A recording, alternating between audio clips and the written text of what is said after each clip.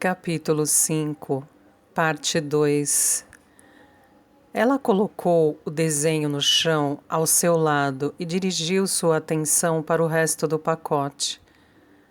Alguns envelopes continham cartas, além de um caderno com páginas pautadas que alguém preenchera com uma caligrafia floreada. Cassandra achou que o texto estivesse em outra língua, porque não conseguiu decifrar. Folhetos e páginas arrancadas de revistas tinham sido guardados no final do caderno, junto com uma velha fotografia de um homem, uma mulher e uma garotinha com longas tranças. Cassandra não reconheceu ninguém. Por baixo do caderno encontrou o livro de contos de fadas. A capa era de papelão verde com letras douradas. Contos Mágicos para Meninas e Meninos, de Eliza McPeace. Cassandra repetiu o nome da autora, apreciando o sabor misterioso daquelas palavras em seus lábios. Abriu o livro e na folha de rosto havia a imagem de uma fada sentada em um ninho, cabelos compridos, uma grinalda de estrelas ao redor da cabeça, asas grandes e translúcidas. Quando observou mais de perto, viu que o rosto da fada era o mesmo do desenho. Na base do ninho estava escrito: Sua contadora de histórias, Senhorita McPeace. Com um arrepio de contentamento, virou a página para ler a primeira história, fazendo com que assustados peixinhos prateados se espalhassem por todos os lados. O tempo amarelara o livro, enrugara as beiradas. O papel estava gasto e, quando esfregou um cantinho dobrado, pareceu se desintegrar um pouco, virar pó. Cassandra não pôde resistir. Deitou-se de lado na cama de armar. Era o lugar perfeito para ler, fresco, silencioso e secreto. Sempre se escondia para ler, embora não soubesse por quê.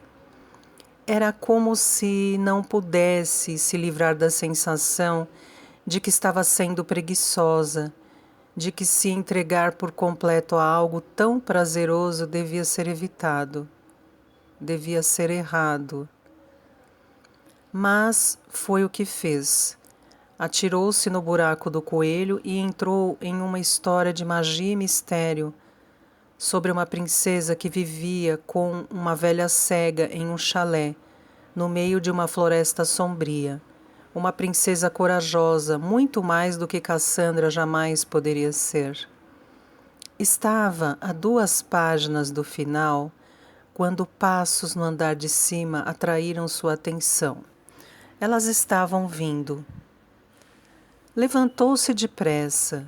Queria desesperadamente terminar a história, descobrir o que ia acontecer com a princesa, mas não havia tempo.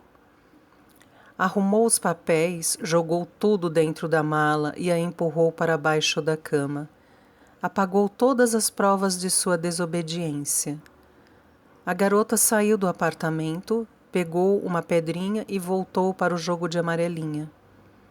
Quando sua mãe e Nell apareceram na porta de correr, Cassandra parecia ter passado a tarde inteira pulando a amarelinha. Vem cá, minha garota, chamou Leslie. Cassandra espanou o short com as mãos e foi para o lado da mãe, surpreendendo-se quando Leslie passou o braço pelos seus ombros. Você se divertiu? Sim, respondeu Cassandra, cautelosamente. Será que ela havia descoberto? Sua mãe não estava zangada. Pelo contrário, parecia quase triunfante. Ela olhou para Nell. Não falei? Esta aqui sabe cuidar de si mesma. Nell não respondeu e a mãe de Cassandra continuou. Você vai ficar aqui com a vovó Nell por algum tempo, Cassie. Vai ser uma aventura. Isso foi uma surpresa. Sua mãe devia ter alguma coisa para fazer em Brisbane. Vou almoçar aqui? Todo dia, imagino, até eu voltar para buscá-la. De repente, Cassandra se deu conta das arestas pontudas da pedra que estava segurando e que machucavam seus dedos. Ela olhou para a mãe e em seguida para a avó. Era brincadeira? Sua mãe estava fazendo uma piada? Esperou para ver se Leslie ia cair na gargalhada. Mas ela não riu. Simplesmente encarou Cassandra com seus olhos azuis bem abertos. A menina não sabia o que dizer. Eu não trouxe meu pijama, foi tudo o que conseguiu balbuciar. Sua mãe abriu um sorriso largo de alívio, então Cassandra percebeu que o momento da recusa passara. Não se preocupe com isso, bobinha. Tenho uma bolsa no carro.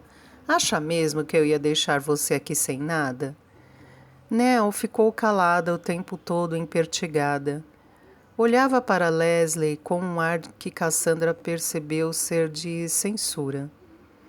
A garota supôs que a avó não quisesse que ela ficasse.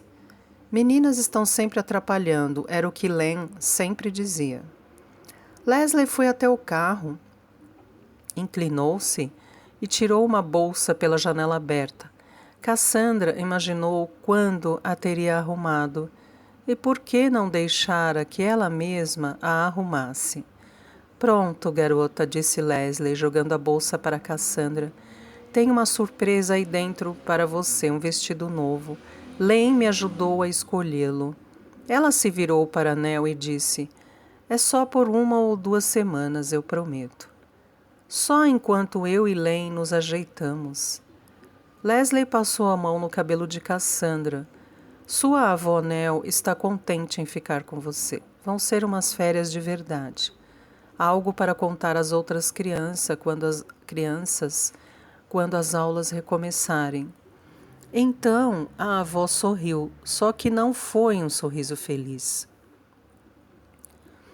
Cassandra sabia o que significava. Ela mesma costumava sorrir assim, quando a mãe prometia alguma coisa que ela queria muito, mas sabia que não ia acontecer.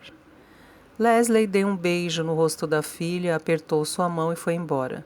Partiu antes que Cassandra pudesse abraçá-la. Pedir que dirigisse com cuidado e perguntar quando ia voltar. Mais tarde, Nell preparou o jantar. Linguiça, purê de batata e purê de ervilha em lata. E elas comeram na copa. A casa de Nell não tinha tela nas janelas, como o bangalô de Len em Burleigh Beach. Então, Nell mantinha um mata-moscas no parapeito ao seu lado. Quando moscas ou mosquitos apareciam, ela era rápida. Os golpes eram tão ágeis e eficientes que o gato, adormecido no colo de Nell, nem se mexia. O ventilador em cima da geladeira agitava o ar pesado e úmido, enquanto as duas comiam. Cassandra respondia às perguntas ocasionais da avó, o mais educadamente possível, até que, por fim, a provação do jantar terminou. Cassandra ajudou a secar a louça. Depois Nell a levou até o banheiro e começou a encher a banheira com água morna. A única coisa pior do que um banho frio no inverno, disse Nell, é um banho quente no verão. Ela tirou do armário uma toalha marrom e a pendurou na cisterna do vaso. Você pode fechar a torneira quando a água alcançar esta linha. Ela apontou para uma rachadura na porcelana verde. Depois se levantou, ajeitando o vestido. Você vai ficar bem? Cassandra assentiu e sorriu.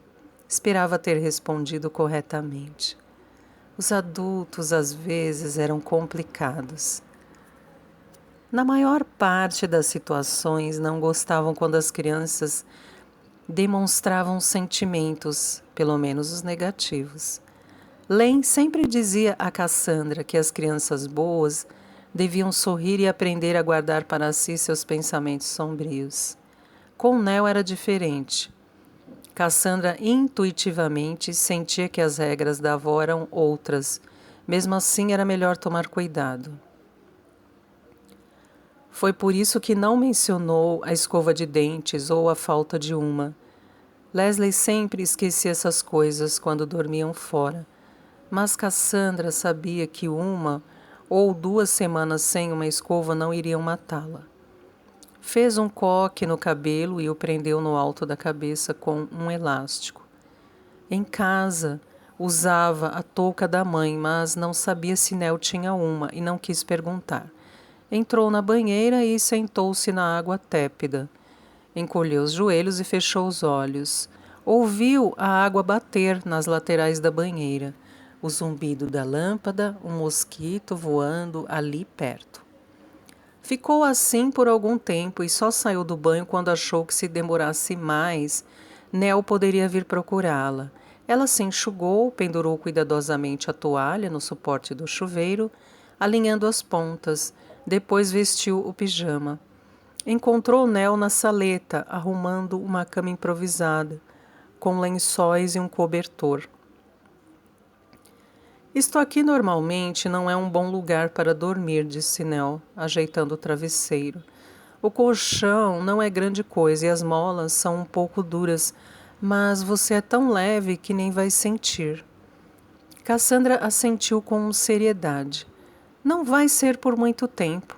1 ou 2 semanas no máximo, só enquanto mamãe e Len ajeitam as coisas.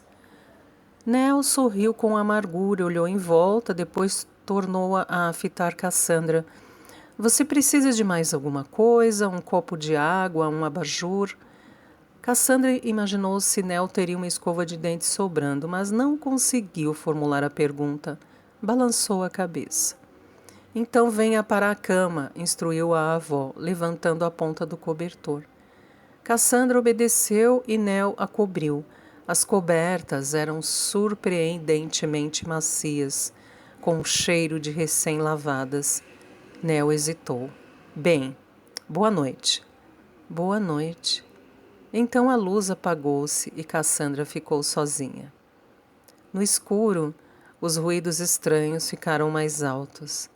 O tráfego em um local distante, uma televisão em uma das casas vizinhas, os passos de Nell no assoalho do outro quarto. Do lado de fora, os carrilhões batiam com o vento, e Cassandra percebeu que o ar ficara carregado com o cheiro de eucalipto e de asfalto. Uma tempestade se aproximava. Ela se encolheu debaixo das cobertas. Cassandra não gostava de tempestades, eram imprevisíveis. Torceu para aquela se afastar. Fez um trato consigo mesma. Se conseguisse contar até 10, antes que o próximo carro passasse pela colina ali perto, tudo ficaria bem. A tempestade cessaria depressa e sua mãe voltaria até o final de semana. 1, 2, 3. Ela não trapaceou, não se apressou. 4, 5, nada até agora, já estava no meio do caminho. 6, 7, respirando depressa, nada de carros, já estava quase lá. 8, de repente sentou-se na cama. A bolsa tinha compartimentos. Sua mãe não tinha esquecido. A escova de dentes estava enfiada ali para protegê-la. Cassandra saltou da cama quando uma rajada de vento fez o carrilhão bater na vidraça. Atravessou o cômodo com o vento que entrava pelas frestas do assoalho, esfriando seus pés. O céu sobre a casa bradou ameaçadoramente. Depois ficou espetacularmente claro. Aquilo pareceu perigoso, fez Cassandra se lembrar da tempestade do conto de fadas que lera naquela tarde. A tempestade furiosa que tinha seguido a princesinha até o chalé da bruxa. Cassandra se ajoelhou no chão, examinando um compartimento atrás do outro, querendo que seus dedos encontrassem a forma familiar da escova de dentes. Grandes gotas de chuva começaram a cair ruidosamente no telhado de ferro corrugado. Primeiro esporadicamente, depois aumentando até Cassandra não ouvir mais nenhum intervalo entre elas. Já que estava ali, não fazia mal checar a bolsa toda. Uma escova de dentes era pequena, podia estar bem no fundo, por isso ela não a encontrara. Enfiou as mãos e tirou tudo de dentro. A escova não estava lá. Cassandra tapou os ouvidos quando outra trovoada fez a casa estremecer. Levantou-se e cruzou os braços, vagamente consciente da própria magreza, da própria insignificância. Depois correu de volta para a cama, enfiando-se debaixo dos lençóis. A chuva descia do telhado, escorrendo pelas janelas aos borbotões, derramando-se das calhas frouxas que haviam sido pegas de surpresa. Debaixo do lençol, Cassandra estava imóvel, abraçando o próprio corpo. Apesar do calor, seus braços se arrepiaram. Sabia que devia tentar dormir, que estaria cansada de manhã se não dormisse, e ninguém gostava de aturar uma chata. Por mais que tentasse, no entanto, o sono não vinha. Contou carneiros, cantarolou silenciosas canções sobre submarinos amarelos, laranjas e limões, e jardins sob o mar. Imaginou histórias. Mas a noite ameaçava estender-se sem fim. Enquanto os relâmpagos faiscavam, a chuva caía e os trovões rasgavam o céu, Cassandra começou a chorar. Lágrimas que tinham esperado muito para cair, foram finalmente liberadas sob o véu escuro da chuva. Quanto tempo se passou até notar a figura parada na porta? 1 minuto? 10? Cassandra prendeu o choro na garganta até queimar. Um sussurro, a voz de Nel. Vim conferir se a janela estava fechada. No escuro, Cassandra prendeu a respiração, enxugou os olhos com a ponta do lençol.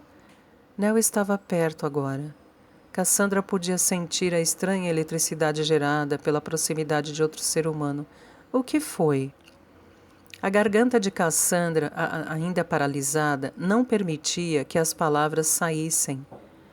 É a tempestade? Você está com medo? Cassandra balançou a cabeça. Nel sentou-se na beira da cama, apertou o roupão na cintura. Outro relâmpago e Cassandra viu o rosto da avó. Reconheceu os olhos da mãe, com seus cantos ligeiramente caídos.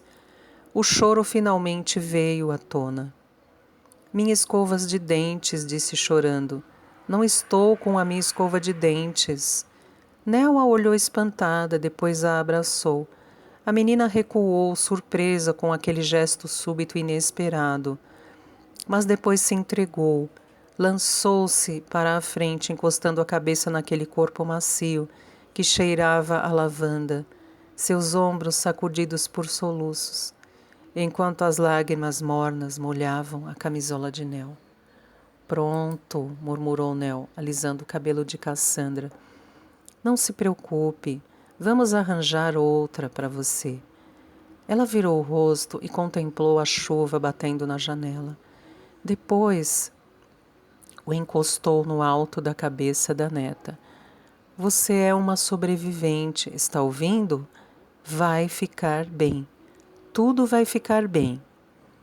E embora Cassandra não pudesse acreditar que alguma coisa fosse ficar bem, sentiu-se confortada pelas palavras de Nel. Algo na voz da avó sugeria que ela a compreendia, que sabia como era assustador passar uma noite de tempestade sozinha, em um lugar desconhecido.